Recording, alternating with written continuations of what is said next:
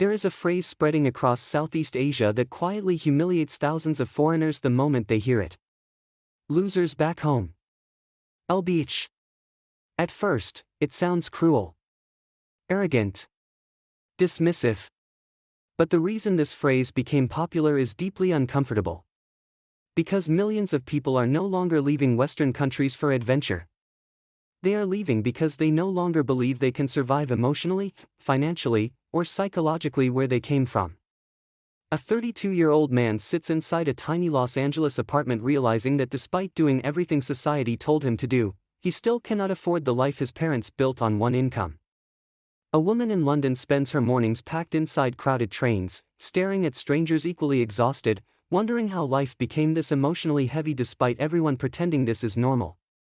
A burned-out remote worker lands in Vietnam for the first time, drinks coffee beside the beach in Da Nang, and suddenly realizes this is the calmest their nervous system has felt in years.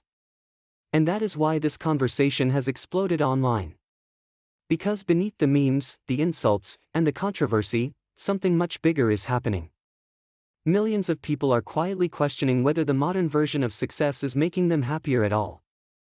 And places like Vietnam, Bali, Thailand, Lisbon, and Mexico City have become symbols of escape for people emotionally exhausted by the societies they came from.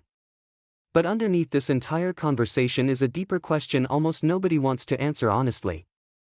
When people leave their country searching for peace, freedom, affordability, connection, or dignity, are they escaping a broken system? Or escaping themselves? The term "losers back home" did not appear randomly. It emerged from patterns locals and long-term expats began observing in places across Southeast Asia and Latin America. Foreigners from wealthy countries were arriving in cities where their money suddenly gave them a dramatically different quality of life. A man struggling financially in California suddenly rents a modern apartment near the beach in Da Nang for a fraction of what he paid back home. Someone emotionally burned out in New York suddenly spends afternoons working from quiet cafes in Vietnam while paying less for an entire month of living expenses than they once paid for a week of survival in the United States. And emotionally, the contrast can feel overwhelming. In the original transcript, the narrator explains that living in Los Angeles created constant stress because every moment outside the house felt expensive, while Da Nang created feelings of peace, abundance, and emotional freedom instead. That emotional shift is becoming increasingly common among millennials and Gen Z workers who feel trapped by rising housing costs, debt, burnout, loneliness, and hyper-competitive work cultures in major Western cities. But online conversations around LBH became controversial because critics argue that some foreigners only become socially or financially successful abroad because they are benefiting from economic inequality and currency advantages. The phrase is often directed toward people who failed to build confidence, relationships, or status back home, but suddenly reinvent themselves overseas. And sometimes the criticism is not entirely unfair. There are foreigners who arrive in poorer countries behaving arrogantly, exploiting locals, romanticizing poverty, or treating entire cultures like personal escape fantasies. But the internet often reduces complicated human stories into shallow stereotypes. The reality is that many people relocating abroad are not wealthy elites or manipulative opportunists. Many are emotionally exhausted workers trying to build a sustainable life after years of psychological pressure. The rise of remote work accelerated this dramatically after the pandemic. Millions suddenly realized they no longer needed to physically remain inside expensive cities to keep earning income.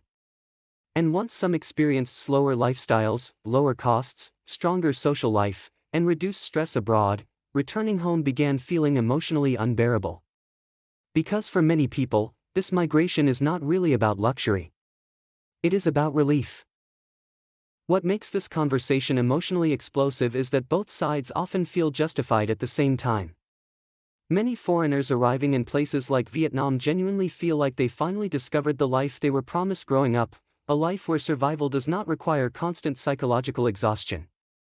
In the transcript, the narrator describes Da Nang as one of the few places that recreated what the American dream was supposed to feel like: peace, comfort, abundance, and freedom. And that statement reveals something much deeper psychologically. Increasingly, younger generations no longer believe the traditional system guarantees stability. Home ownership feels unreachable. Burnout is normalized. Healthcare creates fear. Loneliness is rising. Many people work harder than ever while feeling emotionally emptier than ever. And eventually some begin questioning whether the environment they grew up in is psychologically sustainable at all. But while foreigners experience relief, locals often experience something very different. As expats and digital nomads arrive with stronger currencies, rents increase rapidly. Entire neighborhoods begin slowly changing. Cafes, gyms, restaurants, and apartment markets start catering toward foreigners instead of local residents. The transcript describes how housing prices in Da Nang surged dramatically between 2023 and 2025, with locals and long-term residents increasingly priced out of beachside areas. Similar patterns already happened in Bali, Lisbon, and Mexico City, where digital nomad migration contributed to gentrification and rising living costs. And this is where the emotional tension becomes difficult. Foreigners feel like they are escaping economic pressure. Locals begin feeling economic pressure because of the foreigners arriving. Both experiences are real simultaneously. That is why conversations around LBH often become emotionally charged online. The phrase touches deeper insecurities surrounding status, masculinity, loneliness, globalization, dating dynamics, and economic decline in the modern West. Some critics argue certain foreigners only became socially successful because they entered environments where economic inequality suddenly worked in their favor. But others reject this entirely, arguing they are simply participating in the same global mobility wealthy corporations and investors have used for decades. And beneath all these arguments is one uncomfortable reality: millions of people are no longer searching only for money anymore. They are searching for emotional sustainability.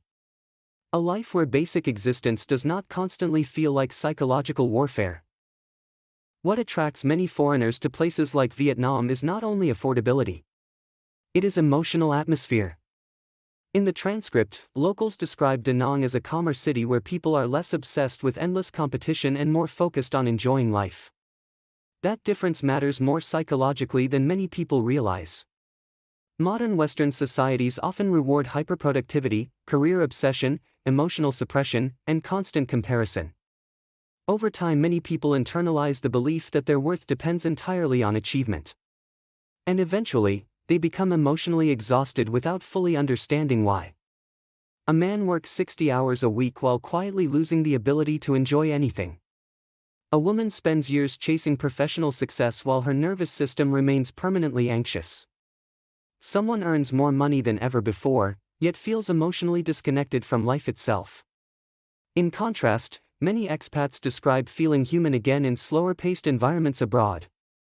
They spend evenings walking outside instead of sitting in traffic. They drink coffee beside the ocean instead of staring at office walls under fluorescent lights. They suddenly realize their entire nervous system had been operating in survival mode for years. And that emotional relief can feel life-changing. But this creates another danger: romanticization. Every country has problems.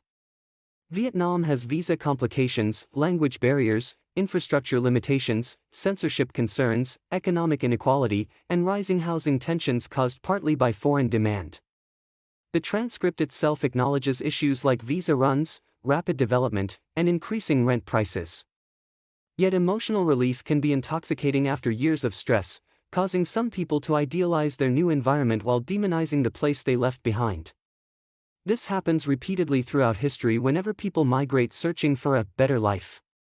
The emotional contrast between old suffering and new possibility creates powerful psychological projection. But eventually reality catches up everywhere. And this is where the conversation becomes deeply personal. Because moving abroad can dramatically improve someone's environment, but it cannot automatically heal unresolved emotional wounds internally. A deeply insecure person in America often remains insecure in Vietnam. Someone emotionally avoidant in London often remains emotionally avoidant in Bali. Geography can reduce stress. It can improve quality of life. It can create breathing room. But external freedom alone does not automatically create internal peace. And many people eventually discover that the hardest thing to escape is not their country. It is themselves. The rise of digital nomadism and global migration is revealing something profound about modern society. Millions of people are quietly questioning the systems, lifestyles, and definitions of success they were taught growing up. They are beginning to ask whether endless productivity, financial anxiety, social isolation, and emotional burnout are really the price human beings are supposed to pay for modern life. And that question is reshaping cities all over the world. Places like Da Nang, Bali, Chiang Mai, Lisbon, and Medellin are becoming symbols of something larger than tourism. They represent a growing global search for emotional sustainability. But these migrations also force difficult conversations about privilege, inequality, and responsibility. Foreigners arriving with stronger currencies can unintentionally reshape local economies in ways that benefit some people while displacing others. Governments encourage foreign investment and tourism because it boosts economic growth, as shown in the transcript regarding Da Nang's long-term investments to attract international visitors. Yet rapid growth can also slowly transform cities into places locals can no longer comfortably afford. This tension will likely increase worldwide as remote work expands and housing affordability worsens across developed countries.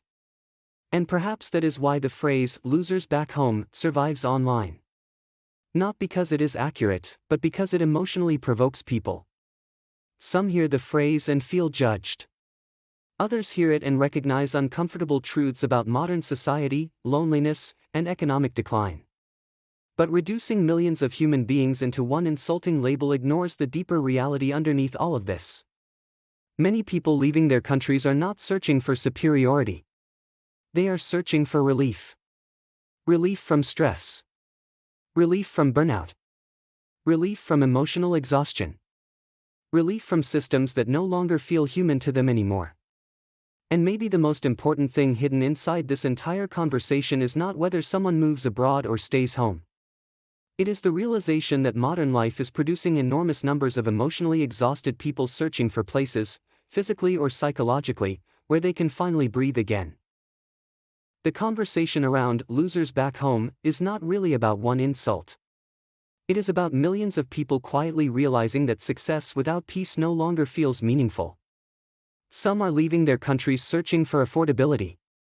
Some are searching for calmness. Some are searching for belonging.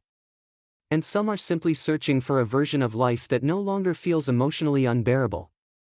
But no matter where someone moves, one truth remains the same. Changing your environment can absolutely transform your quality of life. But lasting peace still depends on what happens inside your own mind. Because eventually, every person must confront the same question. Are you building a life that actually feels human to live?